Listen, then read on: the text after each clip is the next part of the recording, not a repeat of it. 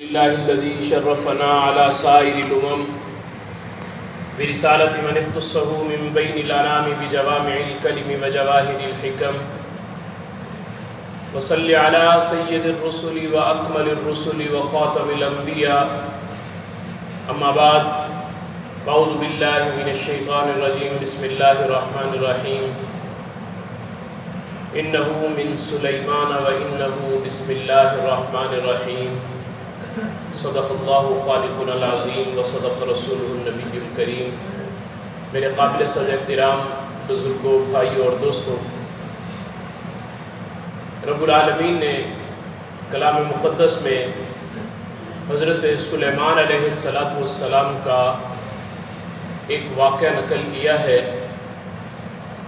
کہ حضرت سلیمان علیہ السلام نے ملکہ بلقیس کو جو خط لکھا تھا جس میں دین کی دعوت دی تھی، تو اس خط کا جو آغاز کیا تھا وہ اس جملے سے کیا تھا جو بھی قرآن مقدس کی آیت کریمہ میں نے آپ کے سامنے تلاوت کی ہے کہ انہو من سلیمان و انہو بسم اللہ الرحمن الرحیم،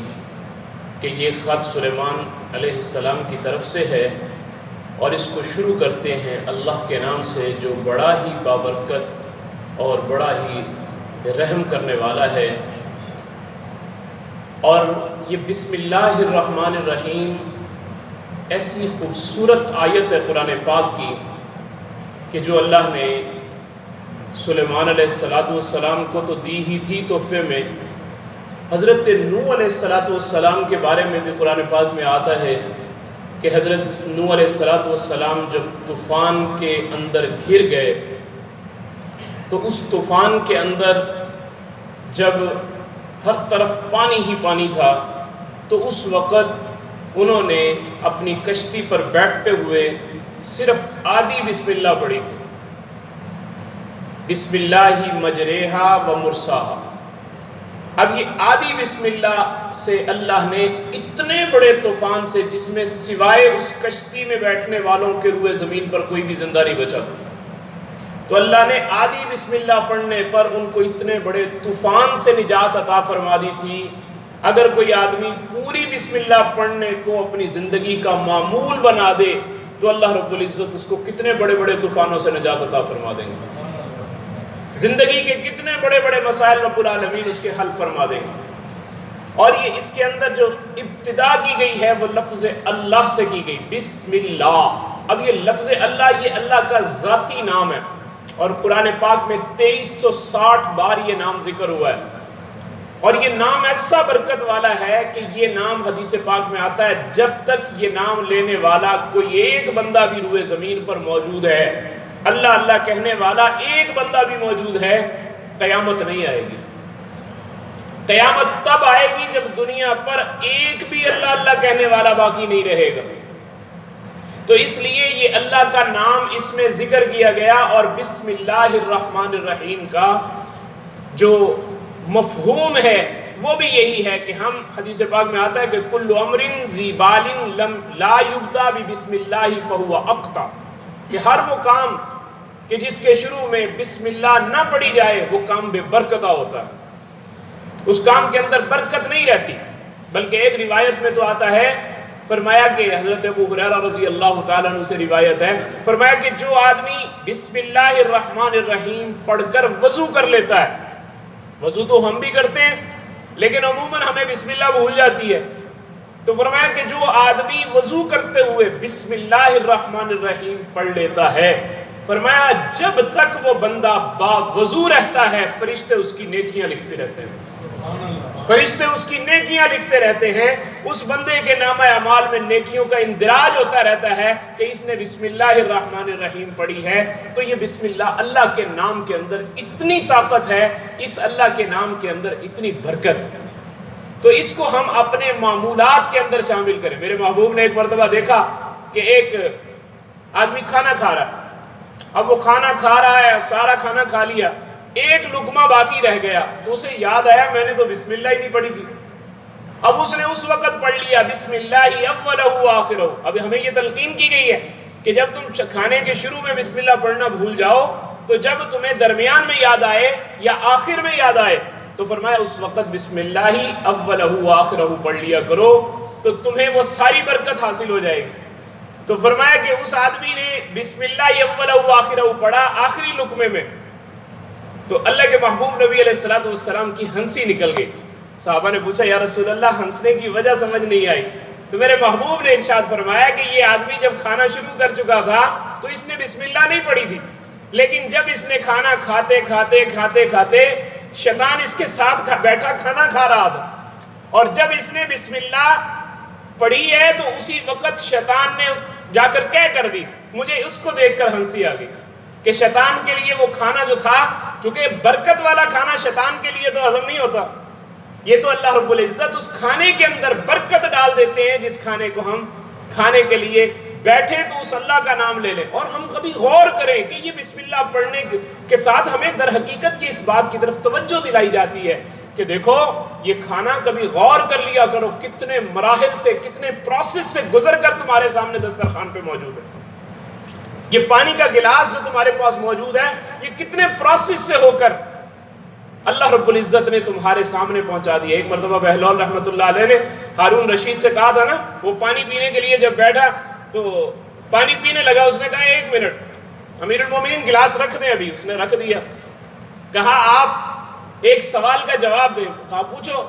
کہنے لگے کہ یہ ایک گلاس پانی کا اگر روئے زمین پر صرف یہی پانی ہو اور اس پانی کے علاوہ کوئی پانی نہ ہو اور آپ اپنی زندگی بچانے کے لیے آپ کو وہ پانی کی ضرورت ہو تو آپ اس کی کتنی قیمت ادا کر سکتے ہیں؟ ہارون رشید نے کہا سوال تو بڑا گہرا ہے، اس دانا آدمی کا سوال تو بڑا گہرا ہے۔ اسی وقت کہنے لگا کہ میں اس کی قیمت آدھی سلطنت اپنی اس کی قیمت میں، اس ایک گلاس پانی کی قیمت میں دینے کے لیے تیار ہوں۔ تو بہلول رحمۃ اللہ علیہ نے کہا جی پانی پی لیجئے۔ اس نے پانی پیا، پانی پینے کے بعد پھر گلاس رکھ دیا۔ کہا بادشاہ سلامت اب ایک اور سوال کا جواب دیجئے، اگر یہی پانی جو آپ کے پیٹ میں جا چکا ہے اگر یہ پانی باہر نہ آئے تو آپ کو اس پانی کو باہر لانے کے لیے اپنے پیٹ سے کتنی قیمت ادا کرنا پڑے تو آپ ادا کر کے اس پانی کو باہر نکال سکتے ہیں؟ اس نے غور کیا، غور کرنے کے بعد کہنے لگا کہ میں اس کی قیمت میں آدھی سلطنت دینے کے لیے تیار ہوں۔ ظاہر ہے پانی جب اندر رہے گا باہر نہیں نکلے گا، وہ بھی وبال کا باعث ہے، تکلیف کا باعث ہے، تو میں آدھی سلطنت۔ اس نے کہا بس یہی بتانا چاہتا تھا کہ ایک گلاس پانی اتنا قیمتی ہے کہ اس کی قیمت آپ کی پوری سلطنت اس کی قیمت بن جاتی ہے۔ آپ ذرا غور کریں دن کے اندر پانی کے کتنے گلاس آپ استعمال کرتے ہیں، آپ کتنا پانی روزانہ پیتے ہیں، آپ کتنی اللہ کی نعمتوں کو استعمال کرتے ہیں، کتنی نعمتوں سے مستفیض ہوتے ہیں۔ تو بھائی یہ معاملہ میرے ساتھ بھی ہے، یہ معاملہ آپ کے ساتھ بھی ہے کہ ہم بھی اللہ کی نعمتوں کو کھاتے ہیں، اللہ کی نعمتوں سے مستفیض ہوتے ہیں۔ تو ہمیں ان نعمتوں سے مستفیض ہونے کے لیے جو ہم قدم اٹھاتے ہیں ہمیں اس کے لیے بسم اللہ پڑھ لینا چاہیے تاکہ اللہ کی رحمتیں اور اللہ کی برکتیں ہمارے اس معاملے کے اندر شامل ہو جائیں۔ اور جب ہم اپنے کاموں کو آغاز کرنے سے کے اندر درمیان کے اندر ایک معمول بنا لیں گے کہ ہم نے اس کام میں اللہ کا نام لینا ہے، ہم نے اس میں بسم اللہ پڑھنی ہے، تو دیکھیں پھر اللہ کی طرف سے برکتوں کے رحمتوں کے فیصلے کیسے اترتے ہیں۔ ایک غزوہ کے موقع پر حضرت طلحہ رضی اللہ تعالیٰ عنہ اللہ کے نبی علیہ السلام کے دفاع میں کھڑے ہوئے، دشمن تیر مار رہے ہیں، تلواریں مار رہے ہیں، اب وہ ایسے زبردست وار ہوئے ان پہ کہ حضرت طلحہ رضی اللہ تعالیٰ عنہ کے ہاتھ کی 4 انگلیاں اللہ کے نبی کا دفاع کرتے ہوئے ہاتھ کی انگلیاں کٹ کے گر گئیں زمین پہ۔ اب جب یہ انگلیاں زمین پر گری، وہ لوگ بڑی محبت کرنے والے تھے اللہ کے نبی سے۔ ہم تو صرف زبانی دعویٰ کرتے ہیں نا کہ ہم اللہ کے نبی کے عاشق ہیں، ہمارے اعمال جو ہیں وہ اللہ کے نبی علیہ السلام کے سانچے میں ڈھلے ہوئے نظر نہیں آتے۔ تو حضرت طلحہ رضی اللہ تعالیٰ عنہ جب دیکھا کہ میری انگلیاں اللہ کے نبی کے قدموں پہ قربان ہو گئی، فوراً زبان سے بے ساختہ نکلا حسن، اچھا ہوا میری انگلیاں اللہ کی راہ میں قربان ہو گئی۔ حسن، اچھا ہوا، حسن کا معنی ہے اچھا ہوا، میری انگلیاں اللہ کی راہ میں قربان ہو گئی، اللہ کے نبی کے دفاع میں میری انگلیاں قربان ہو گئیں، میں تو سارا بھی قربان ہو جاتا تو کیا بات تھی۔ تو جب یہ حسن کا لفظ نکلا، میرے محبوب نبی علیہ السلام کی کانوں میں وہ جملے پڑے جو حضرت طلحہ نے فرمائے، تو میرے آقا علیہ السلام نے اسی وقت کہا طلحہ لو قلت بسم اللہ لو قلت بسم اللہ لرفعتک الملائکۃ والناس ینظرون الیک حتی تلج بک فی جو السماء. اگر تو حسن کی جگہ بسم اللہ کا لفظ اپنی زبان سے نکال دیتا تو فرشتے آسمان سے آتے، تجھے اٹھاتے اور اٹھا کر آسمان پہ واپس لے جاتے. لوگ اپنی آنکھوں سے تجھے مشاہدہ کرتے کہ تو کیسے آسمان پہ جا رہا ہے. یہ ایک جملہ بسم اللہ کا لفظ اتنا قیمتی ہے کہ یہ موقع اتنا اہم تھا کہ اس موقع پر اگر تیری زبان سے بسم اللہ نکل جاتا تو تجھے فرشتے اٹھا کر آسمانوں پہ لے جاتے. یہ میرے نبی کا فرمان ہے جو کائنات کے سچے ترین. تو ہمارے لیے یہ سبق ہے کہ ہم اپنے معمولات کے اندر اللہ کے نام کو شامل کریں. کھانا کھانے سے پہلے، گھر میں داخل ہونے سے پہلے، سو کر اٹھ کے